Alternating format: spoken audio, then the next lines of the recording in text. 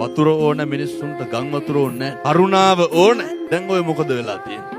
අපිට පුළුවන් ද මේ ලෝකේ තියෙන ප්‍රශ්න සේරම විසඳන්න?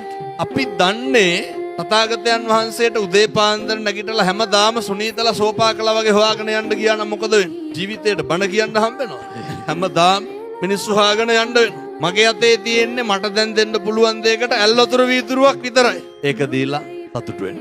හැබැයි ඕකෙම අනිත් පැත්තේ තියෙන අපිට වැඩිපුරම රිද්දන්නේ අපිට වැඩිපුරම ගරහන්නේ අපිත් එක්ක ඉන්න මිනිස්සු. මේ දරුවන්ට කියවිලා නැද්ද කවදාවත් මම හිතුවේ නෑ ඌ මට මෙහෙම කරයි කියලා. කවුද ඌ කියන්නේ? ළඟම කෙනෙක් කවුරු හරි. ළඟම ඕවර් තින්කින් යන්නේ පිට අයටද ළඟ අයට?